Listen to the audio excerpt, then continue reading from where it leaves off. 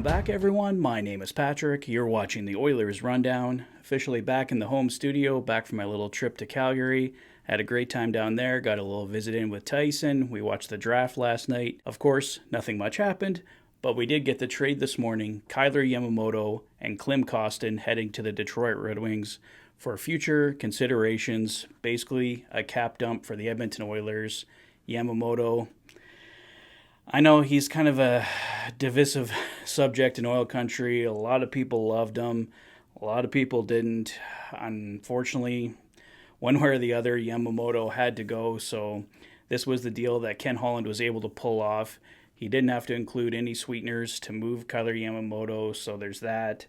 I went over my thoughts basically in the video this morning that I posted, but really want the Oilers going forward, if they're going to be moving first-round picks, please try and get something for them. I mean, I know Jesse Puljujärvi and Kailer Yamamoto have kind of been special circumstances, but you hate just to see Puljujärvi, Yamamoto just be cap dumps for the Edmonton Oilers. I mean, that's not all on the Oilers. Some of that's on the players as well.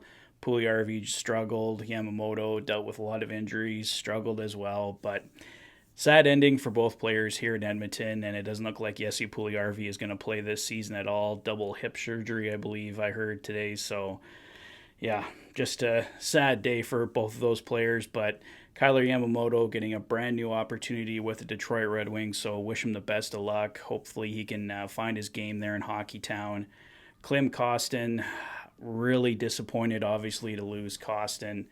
Fan favorite. I really loved him as an Edmonton Oiler, but he's headed to Detroit, possibly. He has been negotiating also with a KHL team. Avangard Omsk, I believe, was the club that Kostin was tied to, so don't know if he's going to end up going to the KHL or if he's going to work out a deal with the Detroit Red Wings, but either way, it looks like he's officially done with the Edmonton Oilers. There is an off chance that he becomes an unrestricted free agent, and the Oilers could possibly sign him at that point, but I think if they were going to get a deal done with Kostin, it would have happened by now. They wouldn't have moved him today to Detroit. So I think Kostin is unfortunately done with the Edmonton Oilers as well. So kind of a sad day, but it does open up new opportunities for the Edmonton Oilers. From the sounds of it, from insiders around the league, it looks like the Oilers are the front runners for Connor Brown at this point. So with Yamamoto and Kostin gone, they really got to focus on bringing in Connor Brown. So hopefully Saturday, July 1st, we hear about the Connor Brown deal.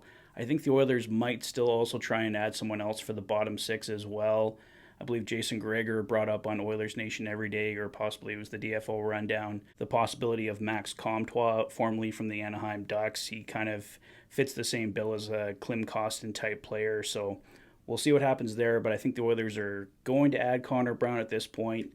Trying to be positive about that one. I think it's going to happen, and I think they're going to add probably another bottom six guy, definitely on the cheap end, probably on July 2nd or later.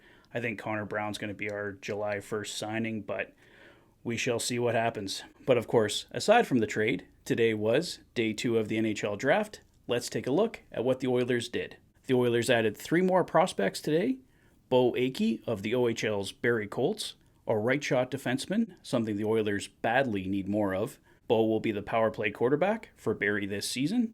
The Oilers' next pick was goaltender Nathan Day, a 6'2", 185-pound netminder who went 17-10 last season for the Flint Firebirds of the OHL. And with their final pick of the day, the Oilers selected right-shot center Matt Caponi of Merrimack College of the NCAA. Caponi comes in at 6 feet, 180 pounds, and finished last season with 14 goals and 15 assists in 37 games played, good enough for second on the team. Solid picks for the Oilers, and they all address future areas of need for the club.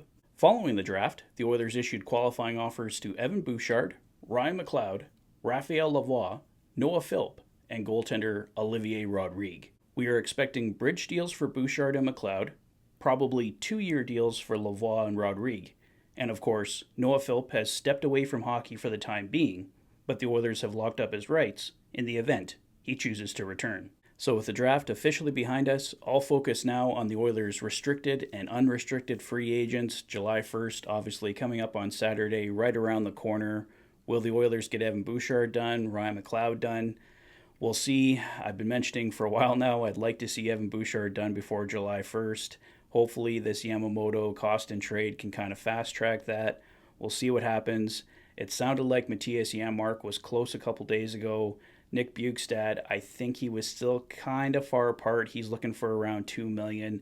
Don't know if the Oilers can afford to pay their fourth line center that much, so we'll see what happens there. I think we might get a signing tomorrow.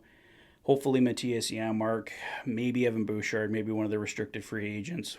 We'll see what happens, but I think we will have clarity on Matthias Janmark and Nick Bjugstad by end of day tomorrow. Let me know what you guys think of what Ken Holland did today, the big trade, the draft picks, qualifying offers. Let me know your thoughts in the comment section below.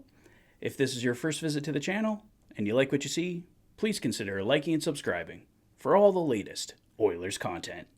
You've been watching the Oilers Fanatic. Thanks for being a fan.